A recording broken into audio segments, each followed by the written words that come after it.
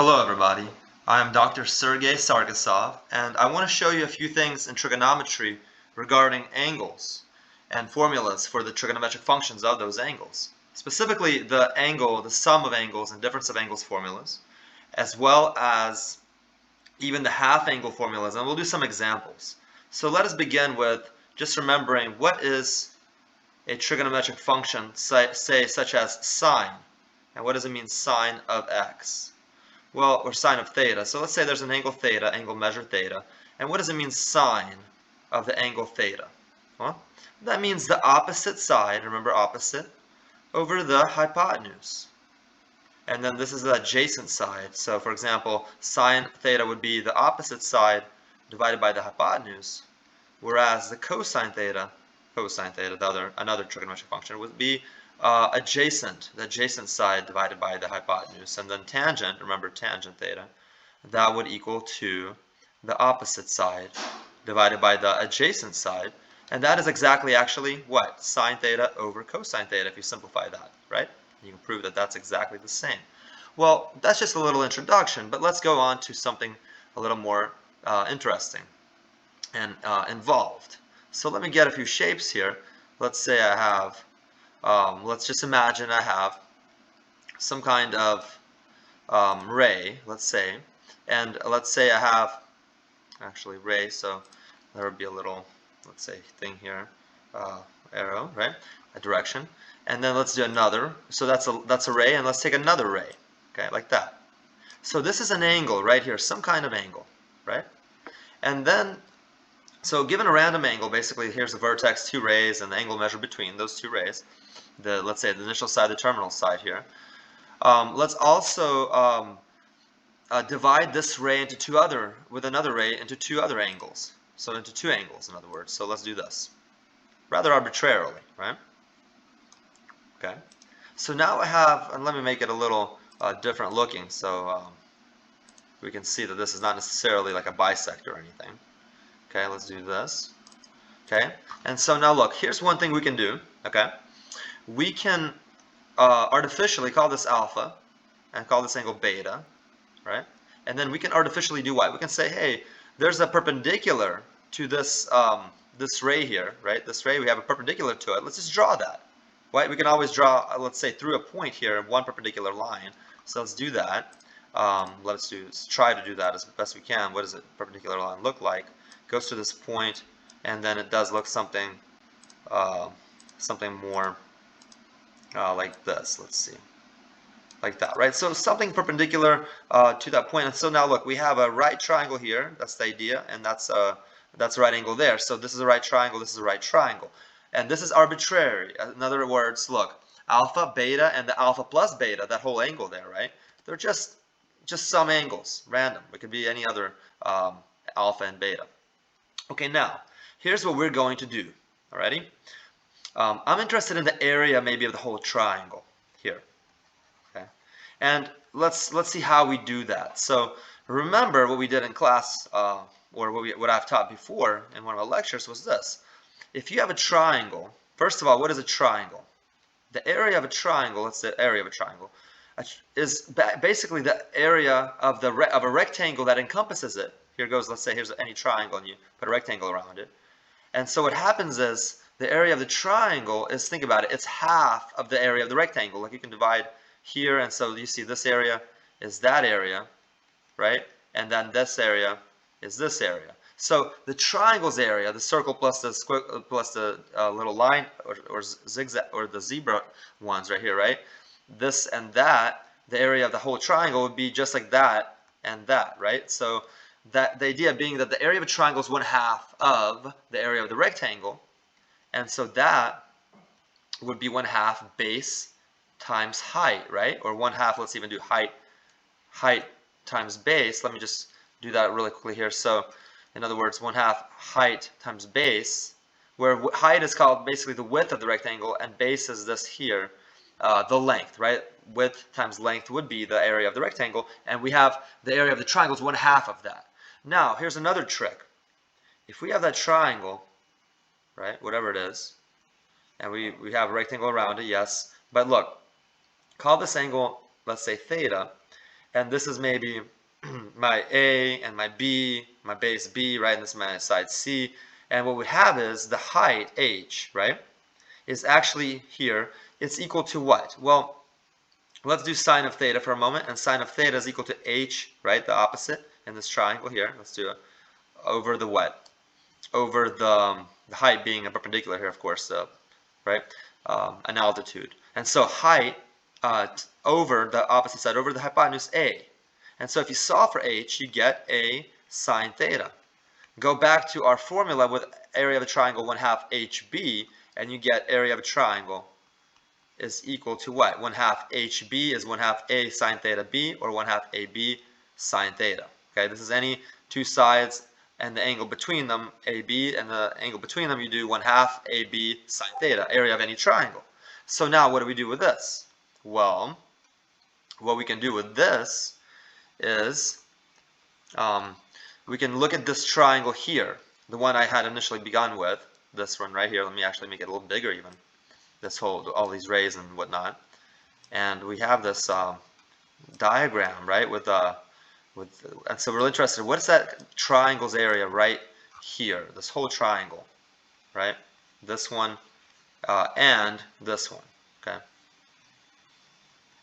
Let's kind of separate them a little bit with how it looks, but all of this squiggly and this zebra one, this crossy one. So what is the area of all of that? Well, we can see that, look, let's label some sides and maybe say, hey, this is my A and this is my B, okay? Maybe this is my C here, or call it, length L. And maybe the C, that side opposite, would be divided into M and N, for example. These lengths, A, L, B, M, N, these line segment lengths, okay? And so remember, our area of a triangle, this one would be 1/2 A, B, and the angle, sine of the angle between them, alpha plus beta, turns out, right? Okay, let's try that. So the area of the whole shape, area of the big triangle, is 1/2 of A, B, and what? Sine of alpha plus beta. This is one of the first times we're seeing a sine of a sum of angles, alpha plus beta. Now, let's look at another thing. Well, what's the area of the left triangle? Area of the left, let's say left triangle. That is similarly equal to what? 1/2 AL sine alpha, right? Look, 1/2 this, sine that. Okay. Simply just to follow the same formula but for the left triangle. So 1/2 AL sine alpha. Okay. And similarly, if you look up there, let's see, area of the right triangle is equal to 1/2 what? Now it's going to be BL or LB sine beta, right? We talked about the angle beta there. So let's call it BL sine beta. All right. And we have now, remember, the area of the big triangle is equal to the sum of the areas of the left and the right triangles, right? So here we have that, and we get the formula 1/2 AB sine of alpha plus beta, right, is equal to 1/2 AL, right, sine of alpha, plus 1/2 of BL sine of beta, all right? Now, I don't like the fact that there's 1/2 AB on the left side. Let's get rid of this, in other words, because I want to just know what is sine alpha plus beta. I'm trying to actually derive a formula for sine of the sum of angles. Okay, interesting, right? So sine of alpha plus beta is equal to what? Well, divided by this, right? And so what happens is we have 1 over 1/2 AB, over 1/2 AB, and over 1/2 AB. Well, this becomes, let's lower this just a little. What does this become then? This becomes, the A's cancel there, halves cancel. So you have half cancel, A cancel, L over B, right? So sine alpha times L over B. Let's put the L over B on the right of it. And then plus, halves cancel, and what is it? B's cancel, L over A. Let's do L over A. Or let's even do, let's do L over A. Okay, and then sine beta, okay. And then what happens is, look, equals sine alpha, and what is L over B? L over B, this is a right triangle, right here, this is the right one. and L over B is adjacent of that triangle over the hypotenuse, and which is called, this is what we're talking about, remember what? Cosine. Cosine of beta. Turns out that cosine of beta is L over B, cosine of alpha is L over A, right? So L over A, like I said, is cosine alpha. L over B is cosine beta, and our formula becomes sine alpha cosine beta plus cosine alpha sine beta right here is equal again to what? To our sine alpha plus beta, right? That's an amazing formula that we have derived. Okay, what can we do with this? Well, let's go forward with a few other things. Before that, let's do a little exercise. Let's do a little sample example here with, how about you're asked, oh, what is my sine of 75 degrees, right? As we know, the common angles are 0 degrees or 30 degrees, 45 degrees, 60 degrees, 90 degrees. But what about 75? That's a new angle, right? Well, turns out we can do this. Sine of 75 is equal to sine of, maybe, if you notice this, we could do, okay, maybe 30 degrees plus 45 degrees, right? Because I know those two, 30 and 45, I'm used to those angles for my trigonometric functions, right? And evaluating them. And then what I can do is, like, I can write it as sine, this is my alpha and beta, so it would be actually sine of alpha. Look at this formula here. Sine alpha cosine beta, right? So sine 30 degrees cosine 45 degrees, and then plus a cosine 30 degrees sine of 35 degrees. You see that? 45 degrees. You see that? And what that equals to, we know, so all of these, they're what? There are, sine of 30 degrees is 1/2, correct. Cosine 45, root 2 over 2. Cosine 30, root 3 over 2. And then plus that times cosine 30 is that. And then sine is root 2 over 2. And we have, look at this, simplified to root 2 plus square root of 6 all over 4. And that's one of the ways to represent the exact value for sine of 75 degrees. Okay. Well, now let's go forward with another formula that I want to derive for us. How about cosine? How would we do cosine of alpha plus beta, for example, right? Well, to do that, because I want to do that formula really right now. That's what I'm going for. So cosine of alpha plus beta, okay, is actually equal to, if you remember the cofunction identities, think about it. I know the sine of alpha plus beta. I don't know cosine of alpha plus beta. But what if we represent cosine in terms of sine? In other words, hey, cosine of alpha plus beta is sine of 90 degrees minus that angle alpha plus beta. Remember, that's a cofunction identity, that the complementary angle, the sine of that one gives the cosine of the angle itself. And so you have this is true, okay, it's basically in the right triangle. The opposite side becomes the adjacent side, and the adjacent becomes the opposite. So the cosine and sine flip around, basically, when you go from one angle to the complementary angle of it, okay? The other angle of the right triangle.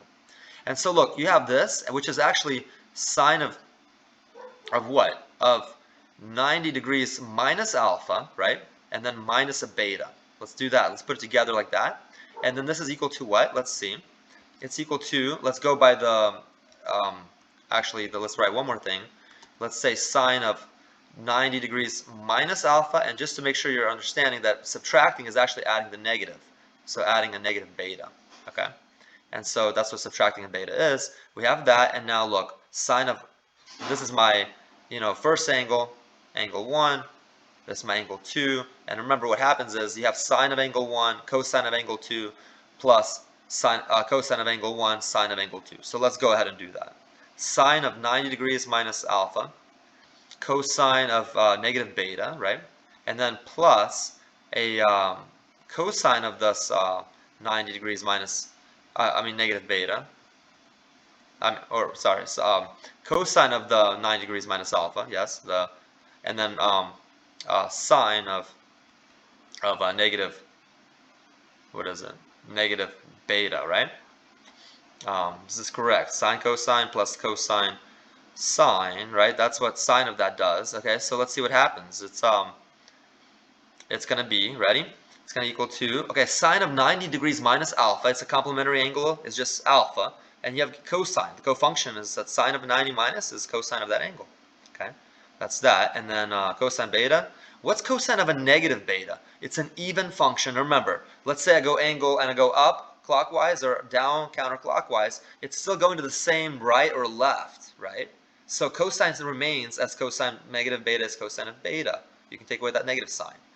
And then you have plus a cosine of, well, this is actually sine, right?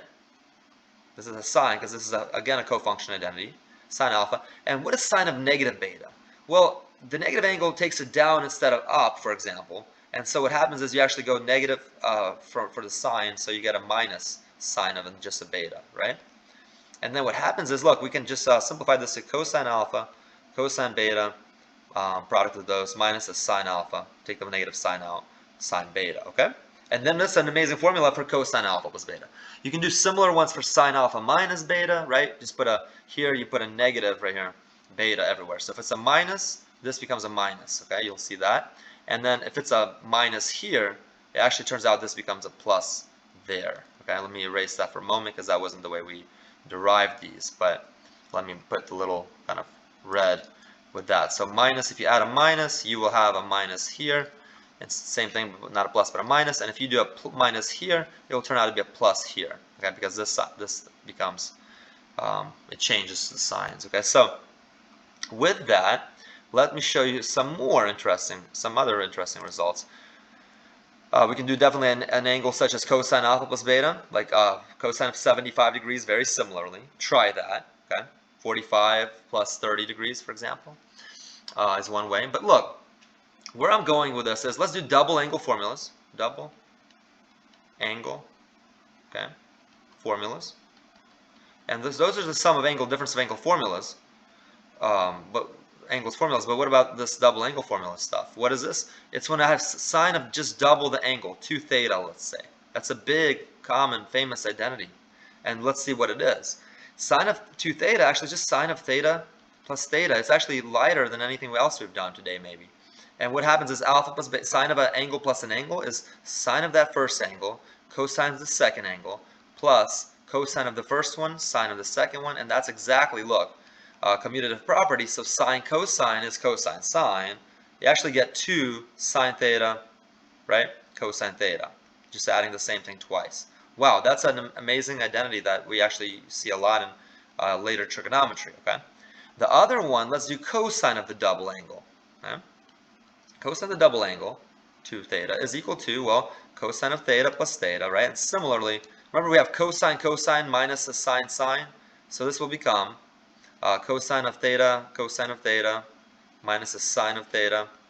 Let me show you sine of theta, because again, look at this, cosine minus sine sine. That's why that's where I'm getting from getting it from here, okay? And so we have a cosine squared theta minus a sine squared theta, turns out, okay? Well, what we can do here, what we can do here now is the following. And let me show, this is a really big one. Actually, this is the one we're going to use even more, turns out. Okay? Here's what we can do. Another way to write cosine 2 theta, let's do another example, but it's similar, is that, look, this is equal to cosine squared of theta minus a sine squared of theta, correct?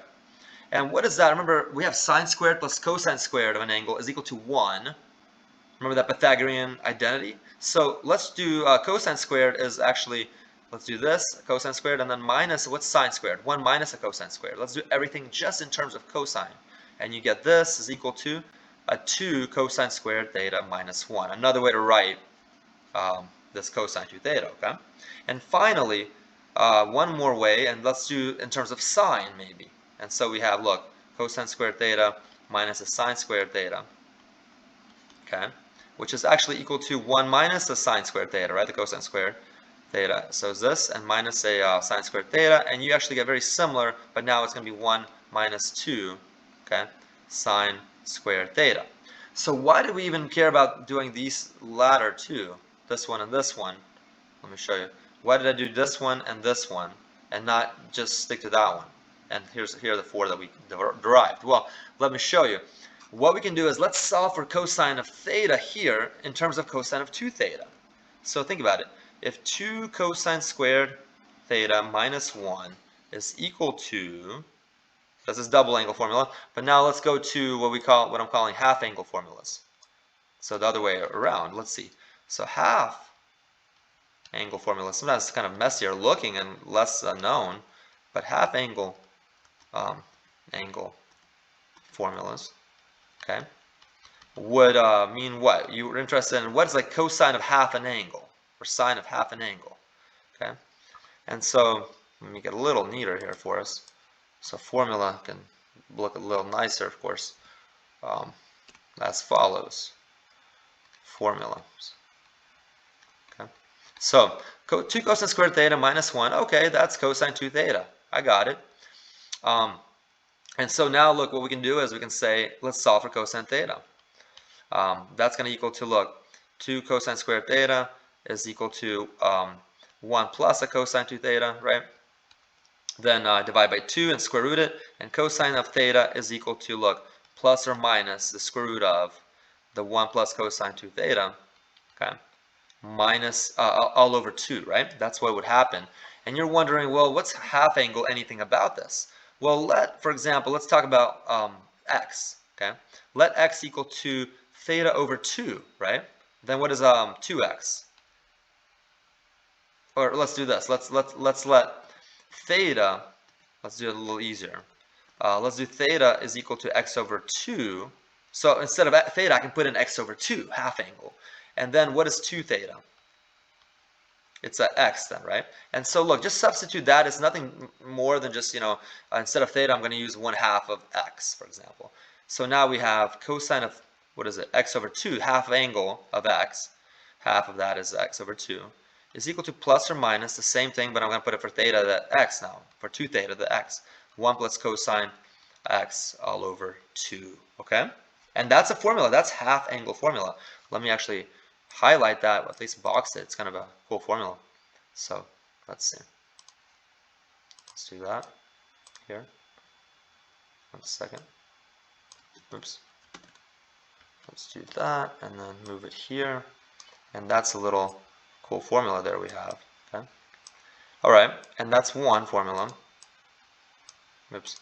And then another formula, watch this, is we had, remember, cosine, and I feel you can follow this more easily now. So cosine 2 theta, another way to write it, let me write the right side now left. So it's 1 minus a 2 sine squared theta, or equal to cosine 2 theta, right?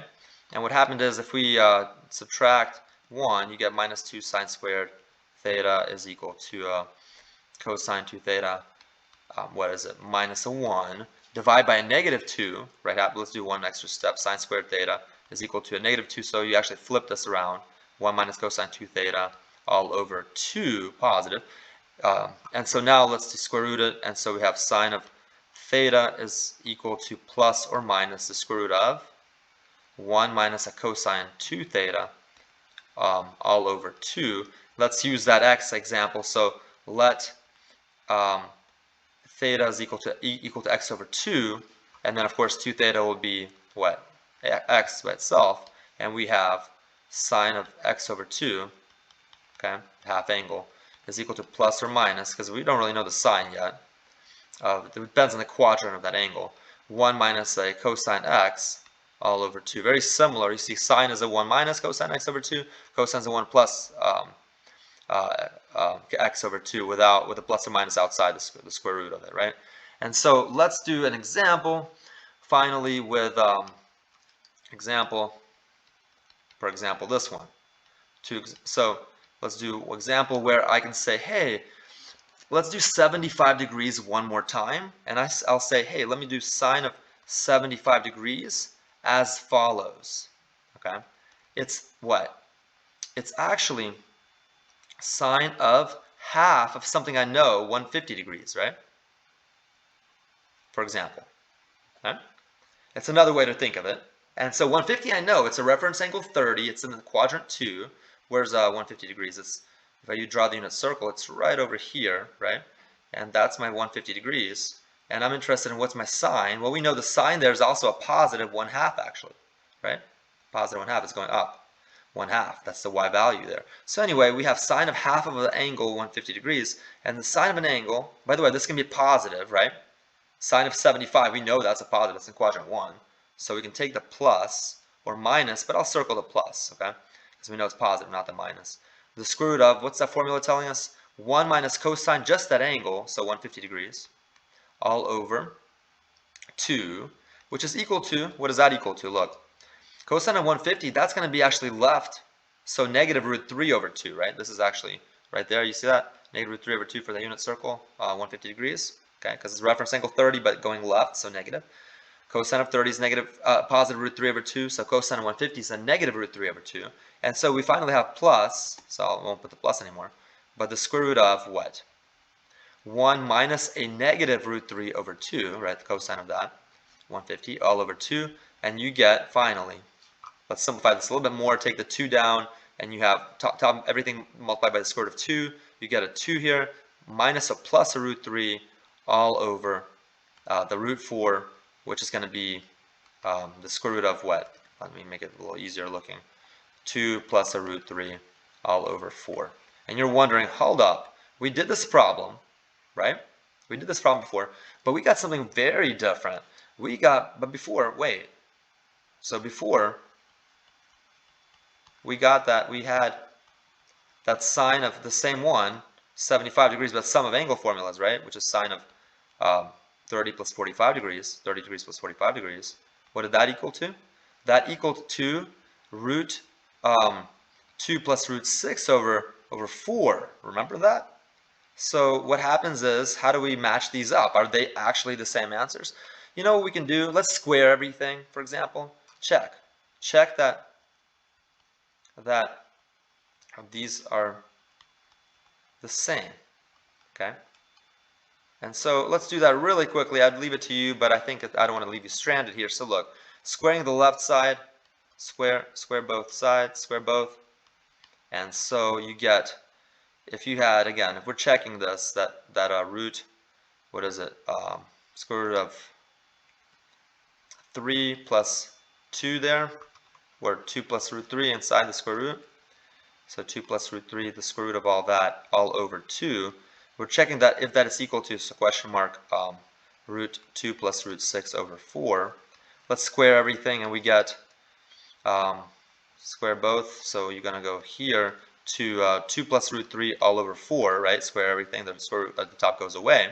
This becomes a what? Let's do this quickly. Square root of 2 squared is 2. Square root of 6 squared is 6. And then middle term, 2 root 6, right? And then the 4 becomes a 16. Well, this is this question mark? We don't know. It's question mark. We don't know if it's equal yet. And let's see. They're all positive numbers, so we're not introducing anything strange. Like, let's say if it was negative 3 and 3, they're not equal, but 9 equals 9. Here they're all positive numbers. So if 9 equals 9, then 3 equals 3. So this will be proof if the left and right sides somewhere we show are equal. Let's see. So 2 plus root 3 over 4 on the left, and on the right side we have this question mark 8 plus, what is that? 2 root 6. It's actually 4 root 3 turns out over 16, and that's exactly.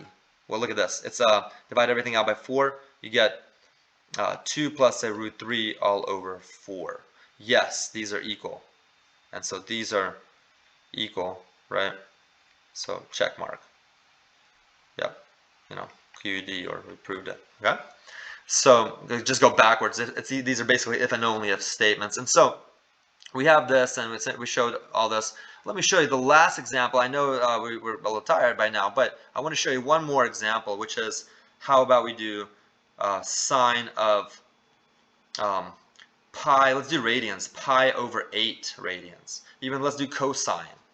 Okay, let's do cosine because we haven't done a cosine yet, right? Cosine of pi over 8 radians. What in the world are we doing here, right? Now, cosine of pi over 8 is actually the same thing as, if you want to do degrees, you'll find it's cosine of a strange decimal number of degrees, 22.5 or 22.5 degrees. How do you do that? Well, remember, this is cosine of 1/2 of, well, 45 degrees. Not necessarily remember, but notice that. It's kind of insightful to see that. And I know 45 degree stuff, right? It's actually equal to the square root of, it's positive, right? So because it's quadrant 1, all this, so plus or minus, I'm going to do circle plus. It's 1. Remember the cosine of half an angle is the square root of 1 plus cosine. Let me show you right here in there. 1 plus cosine and then over 2. So 1 plus cosine of 45 degrees, the whole angle, not the half angle, all over 2. Well, guess what? We know what that is. I'm using the positive now. 1 plus root 2 over 2 all over 2. Top and bottom by the square root of 2, you get what? The square root of 2 plus root 2 all over 2. Square root of 4 there becomes a 2. Interesting, right? So we have found, and this should be closer to 1 than a lot of the other numbers we found today.